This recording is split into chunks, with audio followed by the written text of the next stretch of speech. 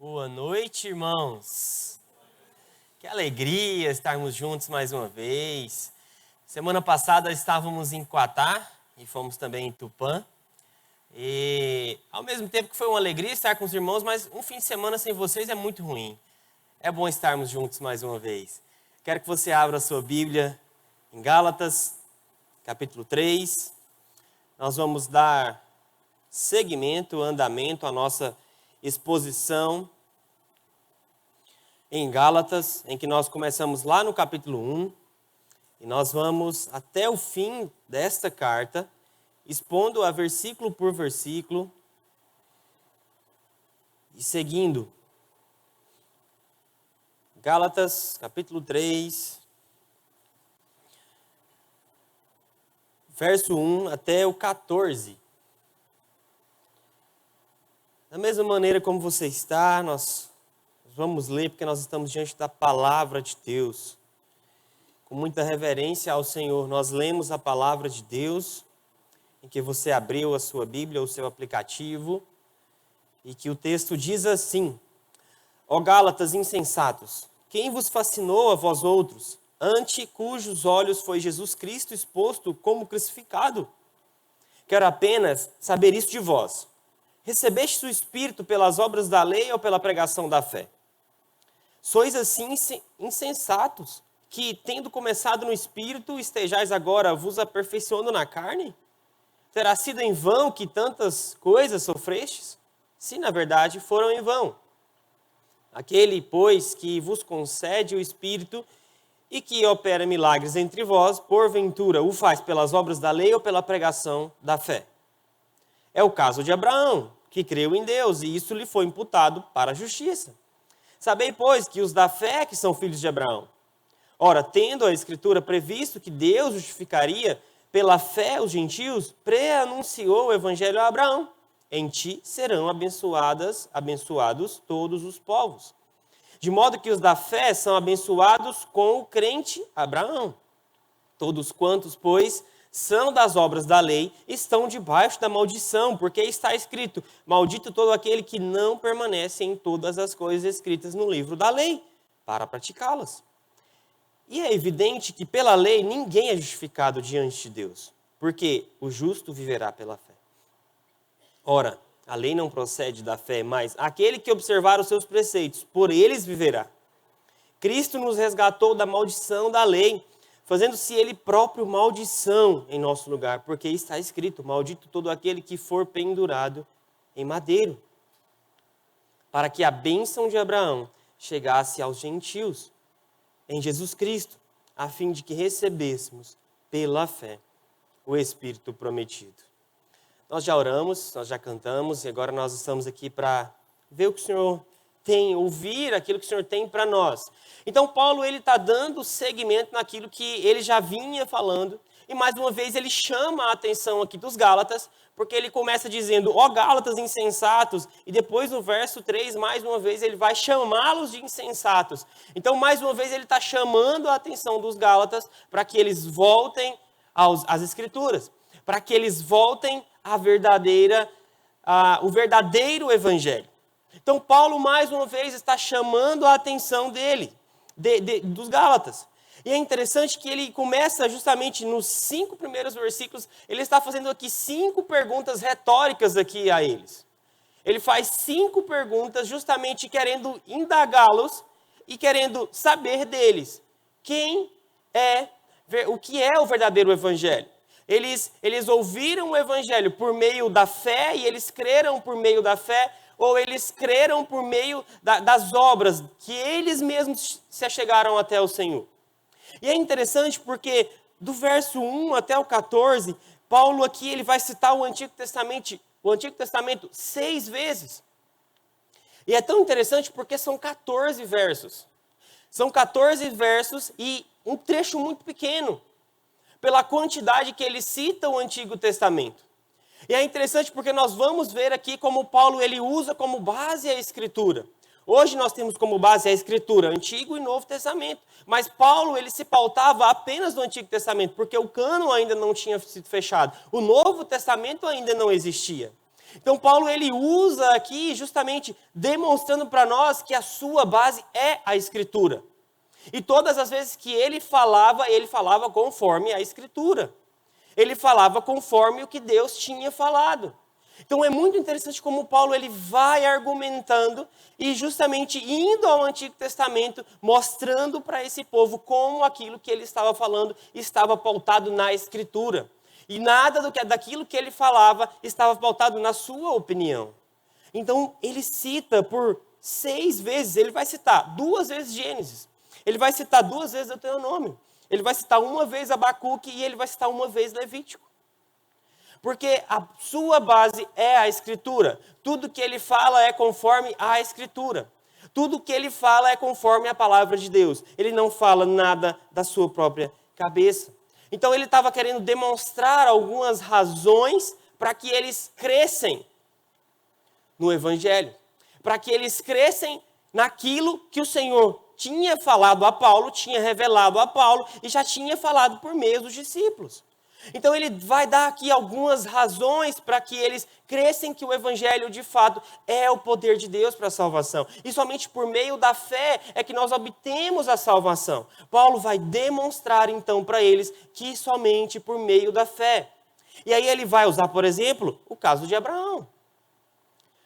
E é justamente o primeiro ponto que eu quero falar com os irmãos. A primeira coisa que eu quero falar com os irmãos é que o Evangelho nos ensina que a salvação é somente pela fé. Mais uma vez, ele vai demonstrar para nós que a salvação é somente pela fé. E nada do que você faz, mesmo que você seja uma pessoa excelente, uma pessoa perfeita, entre aspas, que você não consegue a salvação, você não obtém a salvação pelo aquilo que você faz. Então a primeira coisa que eu quero destacar aqui, do verso 1 até o 5, é que o Evangelho nos ensina que a salvação é somente pela fé. E ele começa justamente, ó Gálatas insensatos. E nós já vimos que essa é uma carta que ela inicia de uma forma muito abrupta, que Paulo, ele faz a oração, ele cumprimenta os irmãos, mas ele já vai direto para a sua exposição da sua carta. Porque ele estava bravo em relação ao que estava acontecendo. Lembra? Os irmãos lembram do contexto? Eles ouviram falar do Evangelho, e quando Paulo saía daquele contexto onde ele tinha pregado o Evangelho, os Gálatas já tinham se desviado. Então Paulo aqui está destacando como vocês são rápidos, como vocês são insensatos. Quem vos fascinou?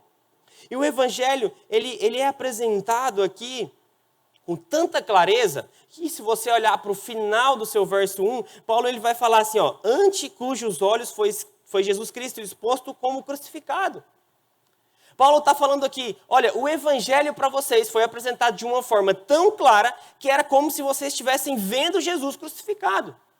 Não é que os Gálatas viram Jesus crucificado. Ele não está querendo dizer que eles viram e eles presenciaram ali. Mas o Evangelho foi exposto para vocês de uma maneira tão clara que era como se vocês estivessem lá no dia da crucificação. Então isso incorre, então, a nós, aos Gálatas, que a responsabilidade deles de crer no Evangelho, no Cristo crucificado, era ainda maior. Porque o Evangelho foi apresentado de uma forma muito clara. O Evangelho não foi apresentado para eles de uma maneira em que eles não pudessem entender. E aqui parece que Paulo está chamando a atenção deles justamente porque não era falta de inteligência. Não era porque eles não sabiam o que deveriam seguir. Mas não era uma lerdeza. Mas era porque era uma falta de uma negligência quanto à palavra de Deus. Então Paulo está chamando a atenção de um povo que sabia do caminho que deveria seguir. É muito mais uma negligência quanto àquilo que você sabe o que tem que fazer e você não faz, do que uma falta de inteligência. Então Paulo está chamando a atenção deles e falando, olha, vocês ouviram a mensagem do Evangelho a ponto de parecer que vocês estavam no dia da crucificação. Então isso é uma responsabilidade enorme para vocês. Vocês não foram ignorantes e sim insensatos. Vocês não foram estultos e sim nécios, afirma William Hendrickson. Então é muito mais essa negligência do que necessariamente uma falta de inteligência. Eles sabiam que, no fundo, eles estavam errados. Então, Paulo chama a atenção deles, dizendo que vocês ouviram sobre esse Jesus, foi exposto a vocês como crucificado. Foi exposto a vocês como se vocês estivessem lá. E ele vai demonstrar justamente o que esses falsos mestres faziam. O que esses falsos mestres faziam, a gente pode ver no verso 2. Quero apenas saber isso de vós. Vocês receberam o Espírito pelas obras da lei ou pela pregação da fé? E esses falsos mestres, eles usavam um jeitinho para atrair por meio de uma palavra que seduz, e que infelizmente nós vemos muito isso, aquela palavra que atrai, porque eu coloco um fundo musical, eu coloco uma luz aqui em mim, e isso atrai, porque nós somos seres emocionais, é natural que nós vamos estar mais emocionados naquilo que vai atrair a sua atenção. E isso de fato tem acontecido muito. Isso de fato acontece, porque você é um ser que é um ser emocional, você é ligado com as emoções, nós somos seres emocionais. E quando nós estamos diante da palavra de Deus, nós somos seres racionais, porque nós estamos aqui para aprender, para interpretá-la e para aplicar ao nosso contexto. É isso que nós temos que fazer. Não é uma palavra que vai tocar o seu coração. Eu não estou falando que a palavra não toca o nosso coração, mas ela vai tocar muito mais o seu coração pela emoção do que pela razão. Mas eu não estou dizendo também que nós vamos excluir a emoção e somente pela razão. Não! Mas quando nós estamos diante da palavra, o que nós precisamos é entendê-la, interpretá-la e aplicá-la ao nosso contexto. E o que esses falsos mestres estavam fazendo nesse contexto era justamente tocar talvez na emoção daqueles que acabaram de se converter. E convidá-los a uma palavra que seduz, mas não é a verdade. É por isso que Paulo está falando aqui, demonstrando a nós que justamente não era uma falta de inteligência. Eles sabiam o que eles deveriam fazer. E ele usa no verso 3, sois assim insensatos. Mas na verdade, lá no verso 1, ele vai falar, quem vos fascinou? Quem fascinou vocês? E não é que Paulo ele sabia sobre alguma coisa de mágica, mas é muito provável que ele estava usando aqui uma expressão que era usada justamente em relação à mágica. Quem fascinou vocês? Quem está enganando vocês? O que esses judeus faziam era esses falsos mestres enganavam esse povo. Enganavam por meio dessa mensagem que só toca o seu emocional. Que só toca aquilo que eles querem fazer, todo um círculo, digamos, para atrair você para essa mensagem. E o que ele está dizendo para nós é que, para a maior vergonha deles, eles ouviram essa palavra como se Cristo, eles estivessem presente naquele dia da crucificação. E Paulo vai indagar eles. Vocês ouviram? Tudo que vocês ouviram de mim foi por meio da pregação do Evangelho? Tudo que vocês ouviram, ou foi por obras da lei? Ou foi pelo aquilo que vocês fizeram? Vocês são salvos pelo que vocês fazem, ou é pela pregação da fé? Romanos 10, 17 vai dizer, e assim a fé vem pela pregação, e a pregação pela palavra de Deus.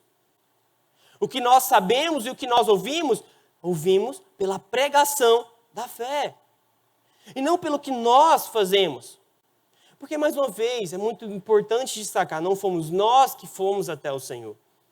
Não fomos nós que tivéssemos disposição tamanha para ir buscar ao Senhor. Porque Romanos 7 vai dizer que ninguém busca a Deus. Romanos 3 vai dizer que ninguém busca a Deus. Não há um justo sequer. Ninguém busca a Deus. E a pregação vem somente pela pregação da fé. Ele está se referindo aqui que eles receberam o Espírito justamente porque quando nós recebemos esse Espírito, nós somos selados. Nós lemos em Romanos 5, que Quando nós recebemos o Espírito, nós somos selados. E ele está dizendo aqui, se você olhar para a sua Bíblia aí, ele vai dizer, vocês receberam o Espírito. Justamente é o que o Espírito faz em nós. E nós somos selados quando nós recebemos o Espírito. Romanos 1,3 vai dizer, em quem também vós, depois que ouvistes a palavra da verdade, o evangelho da vossa salvação, tendo nele também crido, fostes selados com o Espírito da promessa. E ele continua indagando no verso 3. Será que vocês perderam o juízo? A NVT vai dizer. Será que vocês perderam o juízo? Porque vocês... E aí ele vai destacar um pouco daquilo que ele já tinha começado também lá no capítulo 1. Vocês começaram tão bem. Vocês começaram tão bem a caminhada, a vida cristã. Vocês foram selados pelo Espírito. Vocês receberam o Espírito. Vocês continuaram nessa caminhada. E vocês receberam e estão tão bem. Será que foi em vão? E aqui Paulo está fazendo um contraste. Porque quando nós olhamos para o verso 3, olha para o seu verso 3 aí. Ele vai fazer um contraste em espírito e carne. Ele vai falar que tendo começado no espírito, estejais agora vos aperfeiçoando na carne. Mas só que no original, esse carne e esse espírito está um do lado do outro. E ele justamente está fazendo um contraste aqui para nós. Vocês ouviram a mensagem pelo que vocês fizeram ou pela mensagem da pregação da fé. Então ele faz aqui um contraste, porque as ordens das palavras elas estão em justa posição, elas estão uma do lado da outra. Então ele está fazendo um contraste entre relação à carne e em relação ao Espírito. E é o próprio Espírito quem vai nos santificar.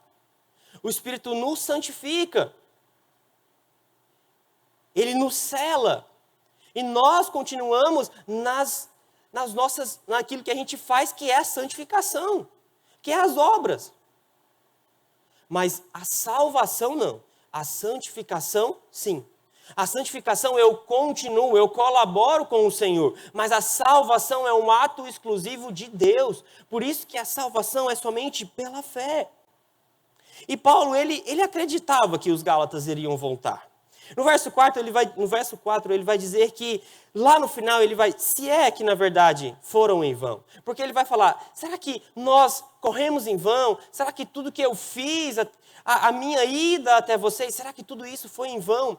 Mas Paulo, ele acreditava que que os Gálatas não iriam continuar sendo assim tão insensatos. Até porque, no capítulo 4, no verso 19, ele vai dizer, meus filhos. E é interessante que ele fala, meus filhos. Ou seja, ele não perdeu essa conexão de chamá-los de irmãos, de chamá-los de amados, de chamá-los de meus filhos. Ele ainda os considerava como irmãos na fé. E ele ainda considerava que esses irmãos, eles só estavam por um tempo indo em uma direção que não era correta, mas que eles iriam voltar para a direção correta. Porque ele vai falar lá no verso 19 do capítulo 4. Meus filhos, porque de novo sofro as dores de parto até ser Cristo formado em vós. Então ele ainda tinha esperança que os Gálatas iriam acreditar, voltar para o caminho mais uma vez, que ele pregou o evangelho, que esse evangelho chegou a eles por meio da pregação da fé, e não por aquilo que eles faziam. E aí o verso 5 ele vai repetir a mesma coisa, só que ele vai acrescentar aí pelas obras. E ele vai acrescentar, que opera milagres entre vós. Então, mais uma vez, ele fecha esses cinco versos iniciais aqui, com essas perguntas retóricas, chamando mais uma vez a atenção. Em quem vocês têm crido? Vocês têm crido naquilo que vocês fazem, ou o evangelho chegou até vocês pela mensagem da fé? Queridos, quantas vezes nós trocamos o evangelho por mentiras? Quantas vezes nós trocamos e nós sabemos qual o caminho correto, mas nós continuamos e seguimos num caminho que não é correto? Quantas vezes nós sabemos o que nós temos que fazer, mas nós estamos em uma direção que não é certa e nós sabemos? Quantas vezes nós trocamos o evangelho e não é por falta de inteligência, mas por uma negligência? E nós vamos seguindo um caminho que não é aquilo que o Senhor tem para nós. Quantas vezes nós seguimos aquilo que é atraente aos nossos olhos? Quantas vezes? E é interessante porque Paulo, lá em 2 Timóteo, vai falar, olha, chegará o tempo em que eles não vão suportar essa doutrina. E eles vão ouvir aquilo que traz coceira. E é como se estivesse fazendo coceira nos ouvidos. E eles vão querer ouvir uma mensagem aprazível aos olhos. E talvez nós estamos vivendo, se é que já não estamos vivendo há muito tempo, mas nós estamos vivendo épocas assim, em que o evangelho puro, em sua pureza, em sua essência, ele já não nos atrai mais. Porque ele não traz nenhum benefício para mim aqui, terreno. Porque eu quero aquilo que traz um benefício para mim, até financeiro, se possível. Porque nós sabemos qual o caminho seguir, mas nós não seguimos. E não é porque nós não sabemos, mas é por pura negligência. E mais uma vez, queridos, eu destaco que o Evangelho é para nós também, cristãos. O Evangelho precisa te alcançar todos os dias. Porque nós falamos ide e pregar o Evangelho, mas nós esquecemos de pregar o Evangelho para nós todos os dias. E aqui não é que nós vamos nos converter todos os dias, porque a conversão é o único ato e depois nós vamos nos santificar. Mas o Evangelho precisa ser uma verdade para nós, para que a gente se santifique e que a gente se lembre de onde onde nós estávamos. O Evangelho é para você, cristão.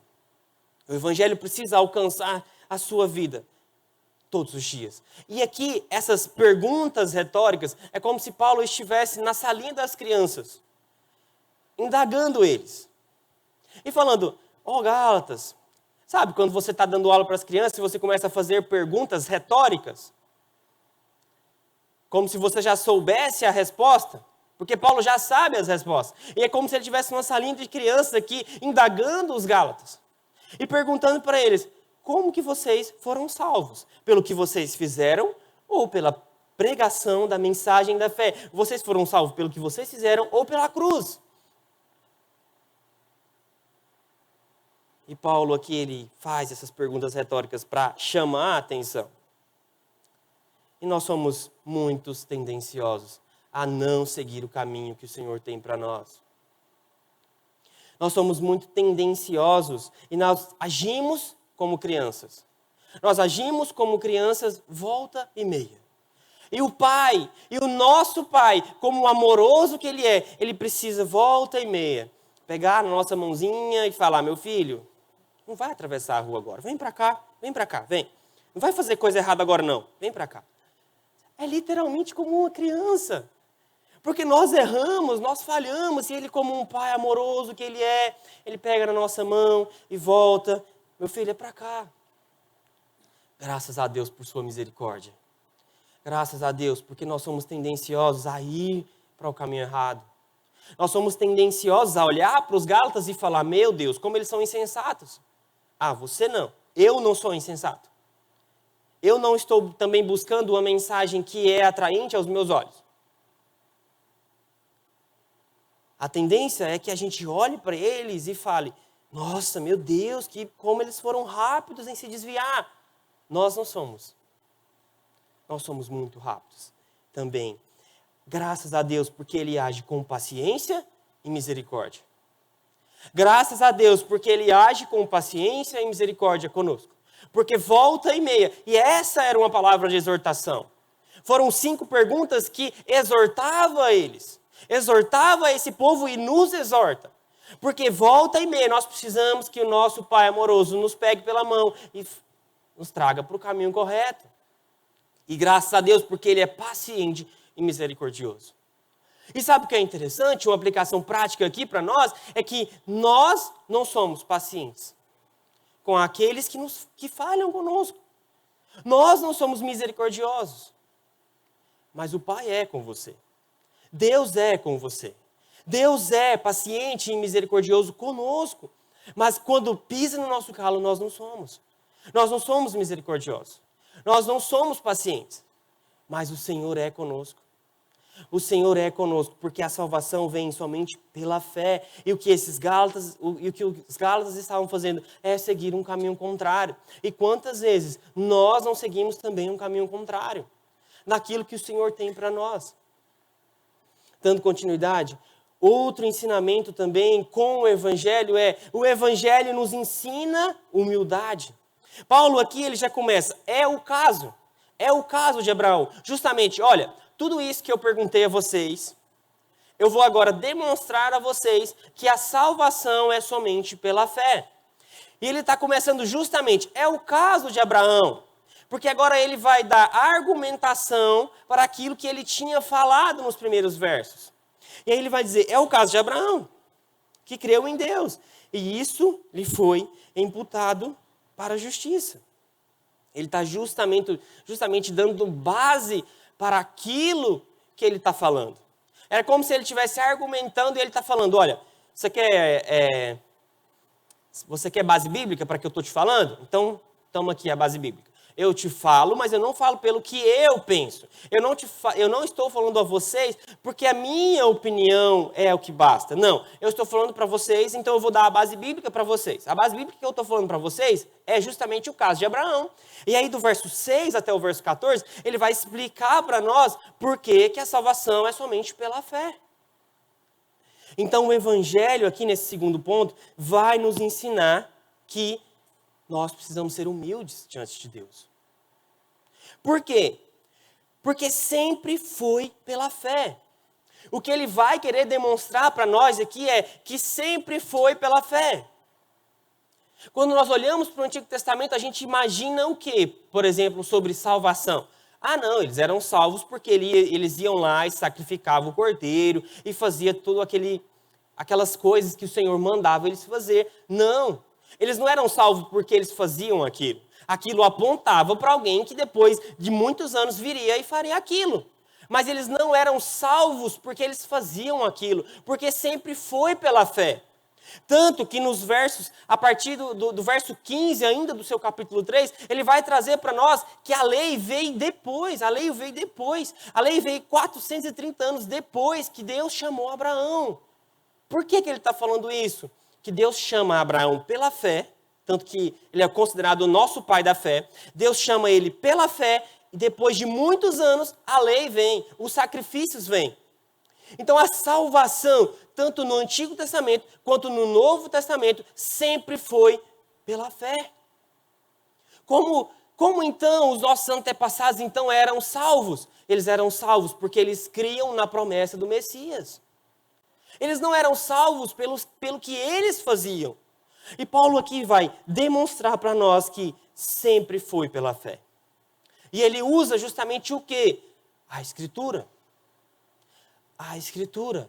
Ele embasa o seu argumento na Escritura. Ele usa o seu argumento na Escritura. Então ele vai falar que Abraão é o nosso pai. Mas por que Abraão é o nosso pai? Ele está querendo dizer que Abraão não é o nosso pai porque nós somos descendentes de Abraão, mas porque nós seguimos os passos de Abraão. Então, se nós seguimos os passos de Abraão, então nós somos filhos de Abraão, o pai da nossa fé.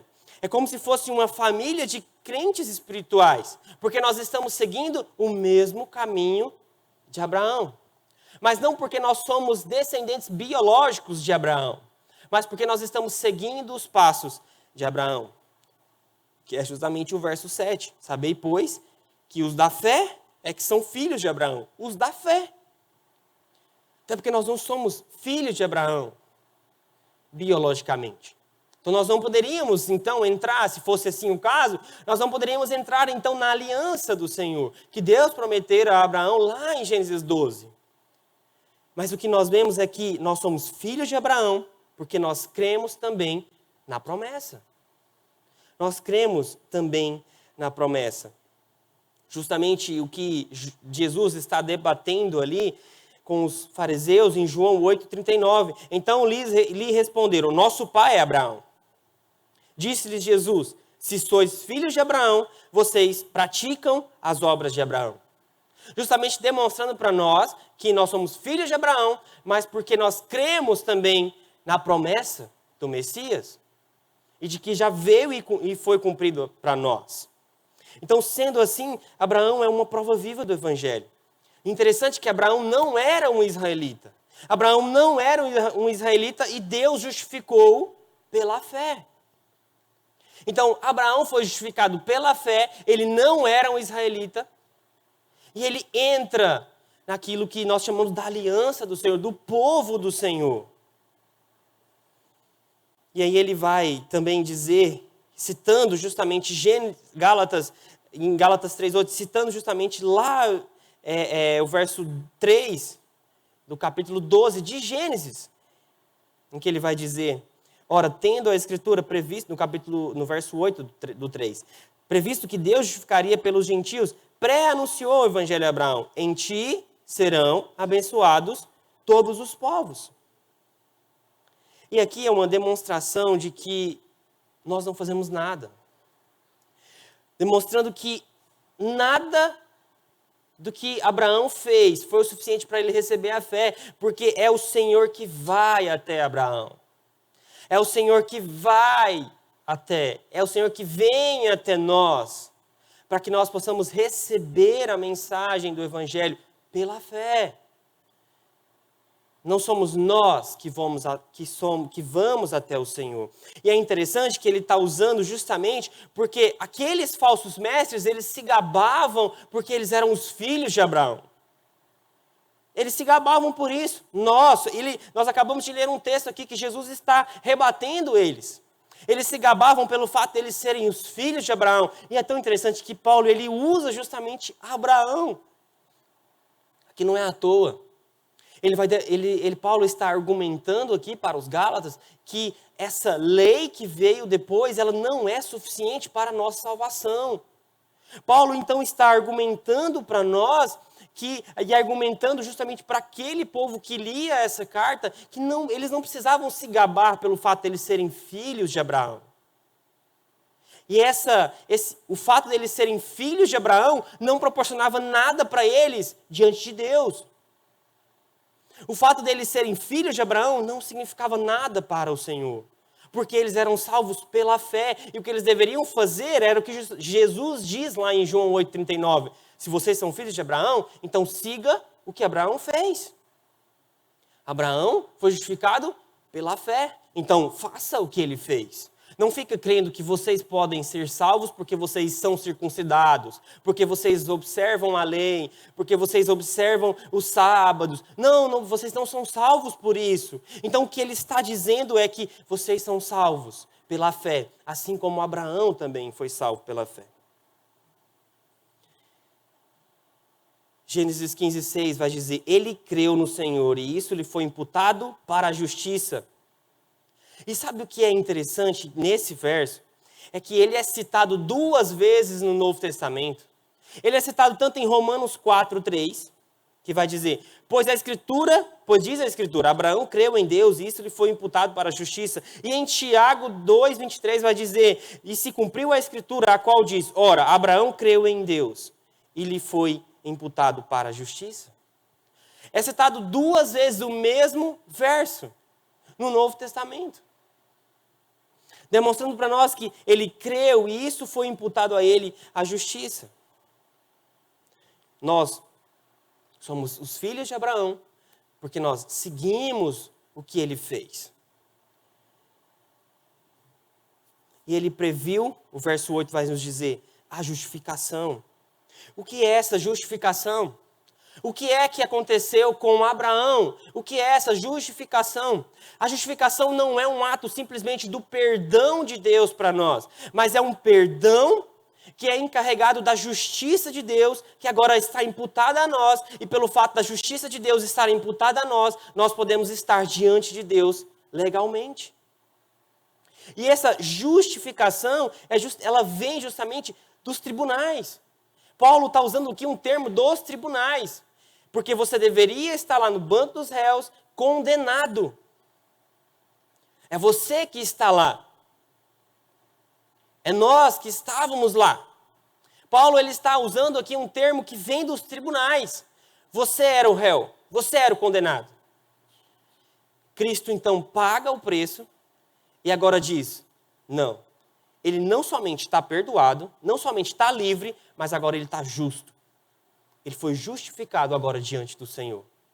Então a justificação, aquilo que o Senhor fez conosco, aquilo que o Senhor fez com Abraão, é um direito legal de estar diante de Deus. O que é então justificação pela fé? É um direito legal de estar diante de Deus. Eu era culpado, mas agora não sou mais culpado.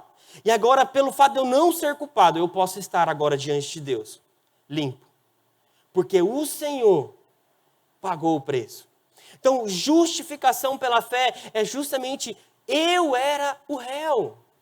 Mas o Senhor pagou o preço e Ele não somente me perdoou, mas Ele imputou a sua justiça a mim. E pelo fato de Ele imputar a sua justiça a mim, agora eu estou legal diante de Deus. Perante a lei, agora eu estou legal diante de Deus. Porque Ele pagou o preço. Não porque nós fizemos alguma coisa. Não porque você fez alguma coisa.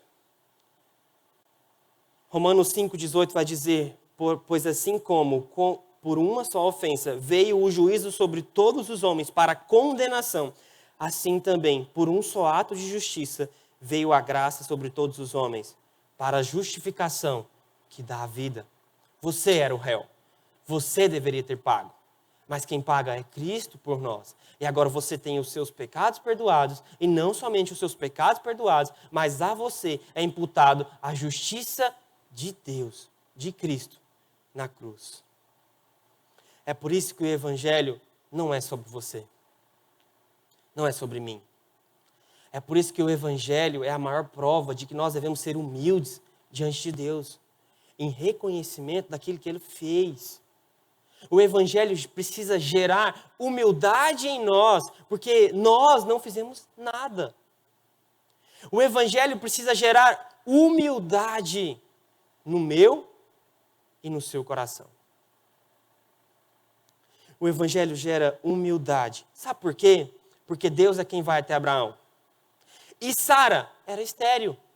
Como poderia então sair a promessa de Abraão se Sara era estéril? Então Deus providencia a promessa e Ele providencia os meios pelo qual a promessa viria. Por isso que o Evangelho deve gerar em nós humildade. Porque nada do que nós fazemos, nada do que você faz pode mudar alguma coisa. Somente o ato de Cristo na cruz é que deve mudar e que mudou a nossa história. Não depende de você.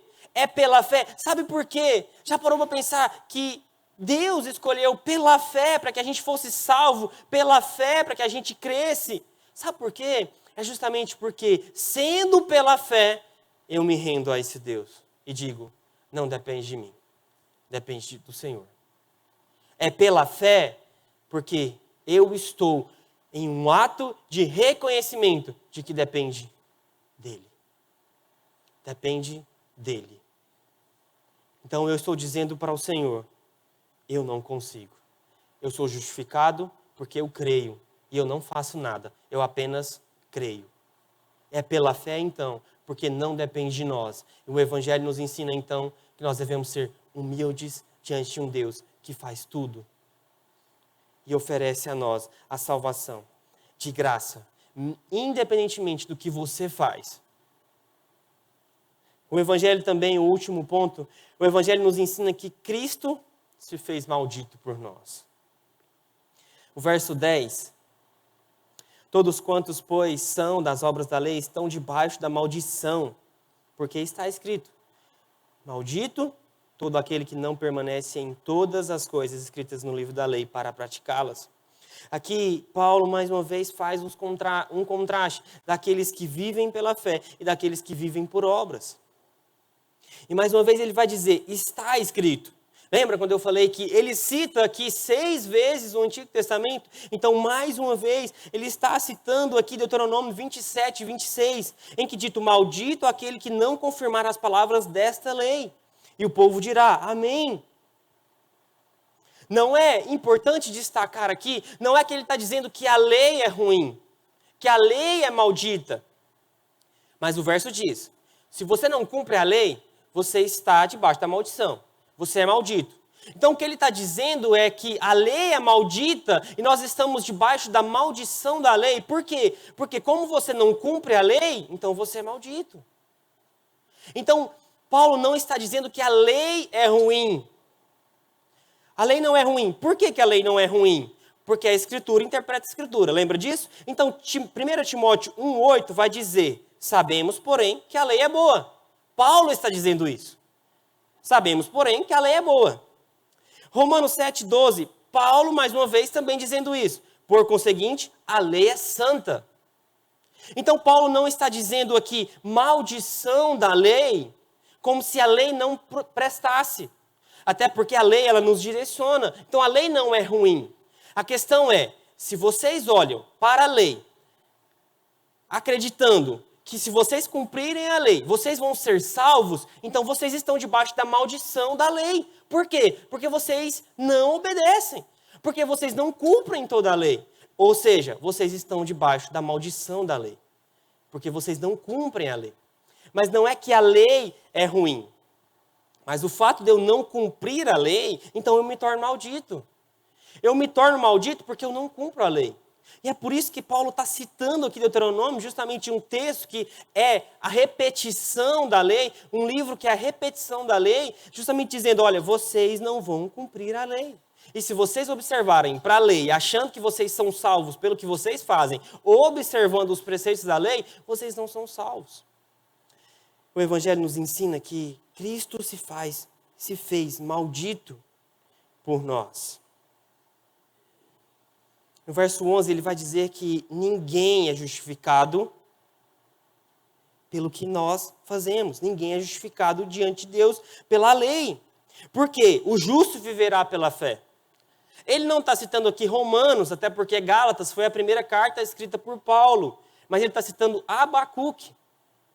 Ele está citando Abacuque 2,4, que diz, eis o soberbo, sua alma não é reta nele, mas o justo viverá pela fé. Então nós somos salvos e o justo, aquele que foi justificado, ele vive pela fé. E mais uma vez no verso 12 nós vamos ver Paulo mais uma vez citando o Antigo Testamento. Ora, a lei não procede da fé, mas aquele que observar os seus preceitos, por eles viverá. Mas Paulo aqui ele está usando esse verso 12 justamente numa maneira negativa, entre aspas. Por quê? Porque se você vive pelos preceitos da lei, então você não vai, como você não consegue viver o que está pautado na lei de uma forma completa, então você é maldito. Então ele está embasando mais uma vez o seu argumento, porque ele está citando aqui Levítico 18:5. E ele vai, em 18:5 vai dizer, sim, obedeçam aos meus decretos e os meus estatutos. Quem os praticar, viverá por eles. Não é que ele está contradizendo a Escritura, mas ele está dizendo, olha, Deus disse, você vai viver pela lei. Mas como você não consegue, é o padrão que Deus estabelece. Deus está estabelecendo um padrão perfeito, porque Ele é perfeito e porque Ele é santo. Mas como você não consegue viver isso, então você está sobre a maldição. Ele está então argumentando, dizendo, olha, os preceitos, você vai viver por esses preceitos. É isso que é o padrão de Deus. Mas você consegue? Não. Você não consegue viver pelos preceitos de Deus. Então mostra que ninguém consegue cumprir os mandamentos e os estatutos. Por isso que a fé não vem por meio da lei. Ela não vem pelo que o Senhor estabeleceu como lei. Ela vem pela fé. Por quê? Porque nós não conseguimos cumprir a lei. Nós não conseguimos cumprir aquilo que o Senhor tem para nós.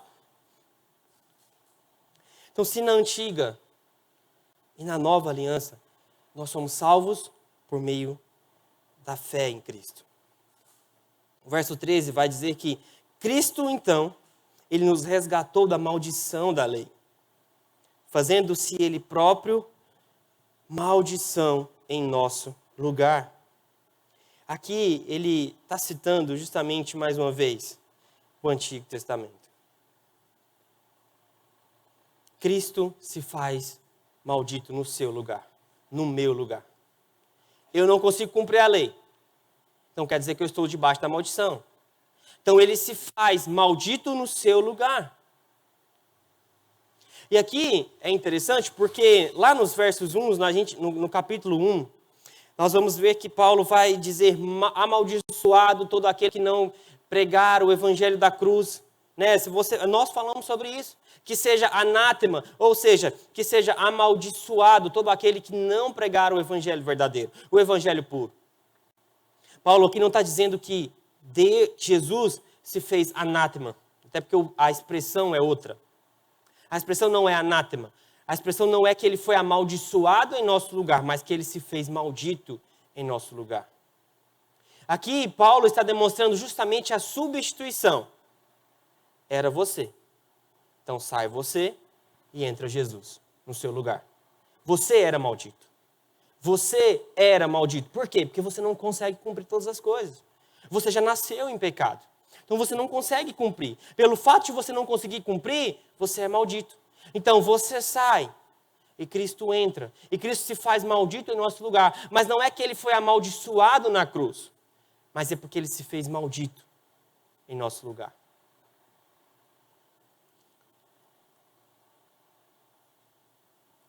Ele se faz maldito, superando a maldição da lei. Aqui então ele está citando Deuteronômio 21. Eu vou ler do verso 22 ao 23. Deuteronômio 21, eu já estou terminando, já estou finalizando. Ele vai citar Deuteronômio 21, verso 22 e o verso 23. Se alguém houver pecado passível da pena de morte e tiver sido morto e o pendurares no madeiro, o seu cadáver não permanecerá no madeiro durante a noite, mas certamente o enterrarás no mesmo dia, porquanto o que for pendurado no madeiro é maldito de Deus. Paulo aqui ele está citando o finalzinho de Deuteronômio 21, 23.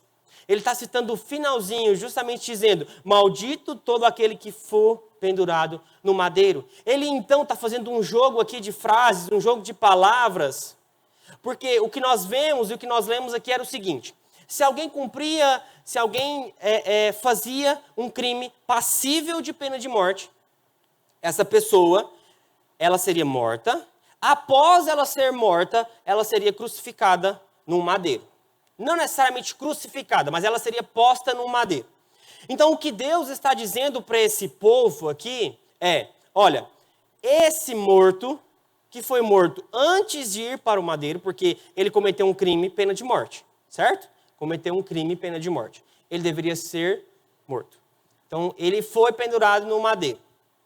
Então, Deus está falando para eles: olha, esses que cometeram isso, não é para passar a noite nesse madeiro. E ele vai dizer: maldito todo aquele que for pendurado nesse madeiro.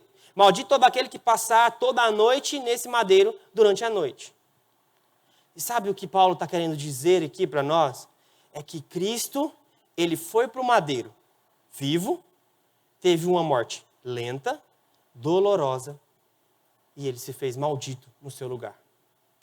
Paulo ele está fazendo aqui um jogo de palavras, justamente dizendo: ele se fez maldito, porque os judeus, e Paulo inclusive, ele teve muitas dificuldades de acreditar em Deus. Sabe por quê? De acreditar em Jesus. Sabe por quê? Porque ele via esse verso. E ele falava: maldito todo aquele que for pendurado no madeiro. Impossível o meu mestre ser maldito numa cruz? Não tem como. Então Paulo ele indagava isso, ele falava: como alguém aquele que eu vou seguir, que eu vou dar a minha vida por ele, como ele se fez maldito? E aí Paulo ele só tinha o Antigo Testamento, queridos. E aí na cabeça dele, ele que sabia muito bem da lei, ele que sabia muito bem do Antigo Testamento, ele olhava para aquele texto e falava: maldito todo aquele que for pendurado no madeiro. Ele foi morto no madeiro? Como assim? Foi morto no madeiro. Ele se faz maldito no seu lugar.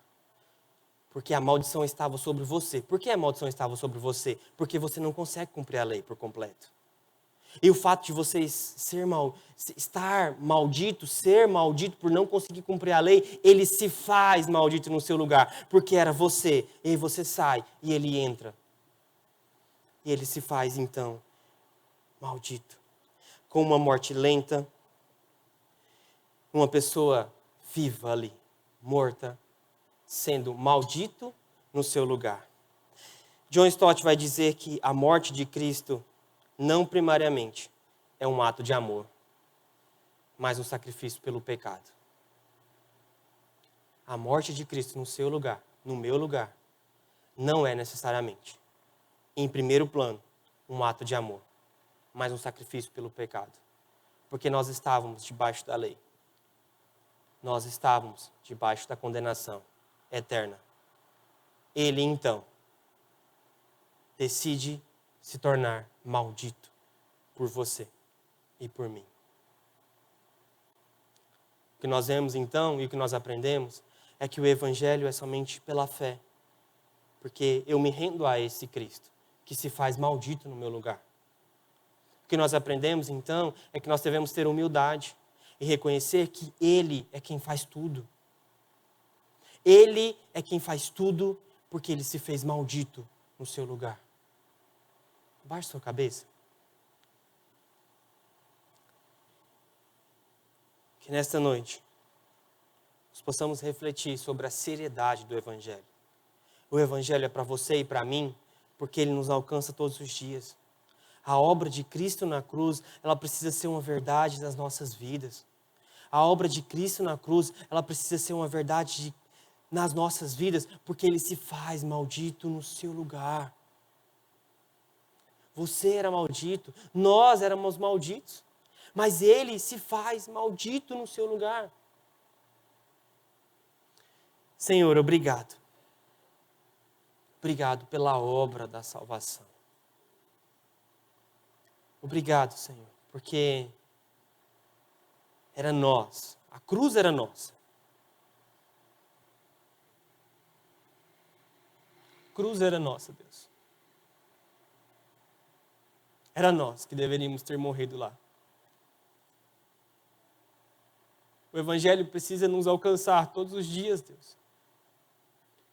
O Evangelho precisa constranger o meu coração, me dar humildade, porque o Senhor é quem fez, não fui eu. O Evangelho precisa transformar o meu coração, e não somente para que eu fique na inércia, mas para que eu continue vivendo para o Senhor de uma forma digna daquilo que o Senhor nos chamou, Deus. Senhor, em nome de Jesus, derrame do Teu Espírito sobre essa igreja. Dê fome, Deus, pela Tua palavra. Dê fome, Deus, por uma fé relacional. Porque o Evangelho nos alcança todos os dias. E nós precisamos estar diante do Senhor, vivendo uma vida digna. O Evangelho não nos alcança todos os dias para que a gente simplesmente viva de qualquer maneira. E que eu, e o meu irmão, e a minha irmã que está aqui, nós possamos ser constrangidos pelo Teu Evangelho. Porque o Teu Evangelho precisa transformar as nossas vidas, mas para que a gente não continue do mesmo jeito. Mas para que a gente continue desenvolvendo a nossa salvação dia após dia. Continue vivendo ao Senhor de uma forma digna, perdoando os meus irmãos, amando aqueles que nos odeiam, amando aqueles que são difíceis. E sendo luz numa geração caída, sendo luz numa geração perdida. Senhor, em nome de Jesus, obrigado pela Tua obra salvadora, pela Tua obra salvífica. O Senhor é bom e a Tua misericórdia dura para sempre. Nós reconhecemos que o Senhor é bom. Obrigado, Senhor, em nome de Jesus. Amém.